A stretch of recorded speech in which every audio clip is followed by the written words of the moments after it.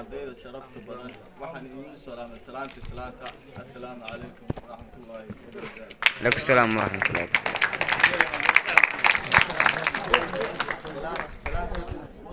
mudanayaal iyo marweyn magacaygu waa yaasir cabdulaahi rijaale waxaan ka socdaa fasalka foontiri waxaan ahay musharax gudoomiye u tartamaya xilka gudoomiyaha iskoolka dugsiga hoose dhexe sare ee Dawaani.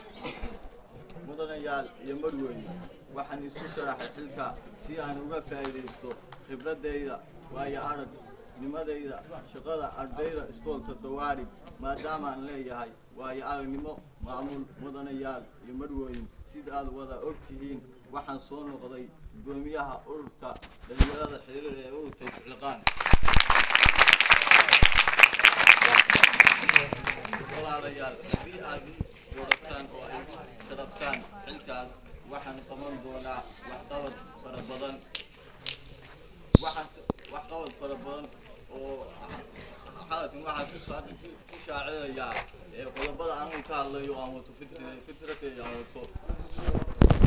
qodobka koowaad waxaan ka shaqayn doonaa horumarinta ardayda iskoolka Dawaani.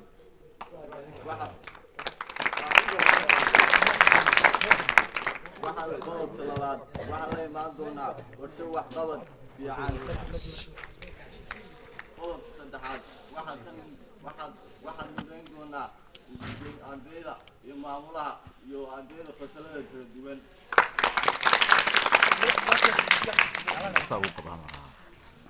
qodobka afraad هذا اللي استاجن تقنا بسادي مش تاني هذا مر استاجن waxbarashada arday kasta xuquuqdiisa uu leeyahay.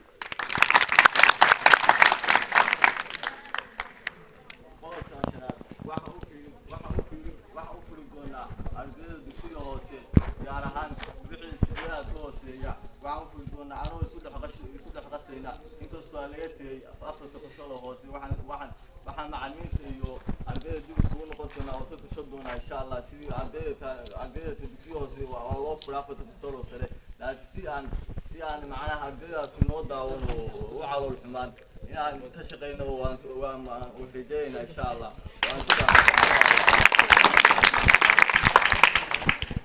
qodobka shanaad waxaan ka shaqeyn doonaa iskoolka waxaan ku soo kordhin doonaa waxqabad fara badan sida dhir inaan ku beerno inaan dayactirno inaan fasalada oo macnaha sida kuraasta sida sabuuradaha inaan sabuurada cadkeeni doono insha Allah haddii aad xilka igu sharaftaan. gabadhii waxaan idin codsanayaa in aad si sharafa xor iyo xalaal codkiina i siisaan mudanayaal iyo marweyn.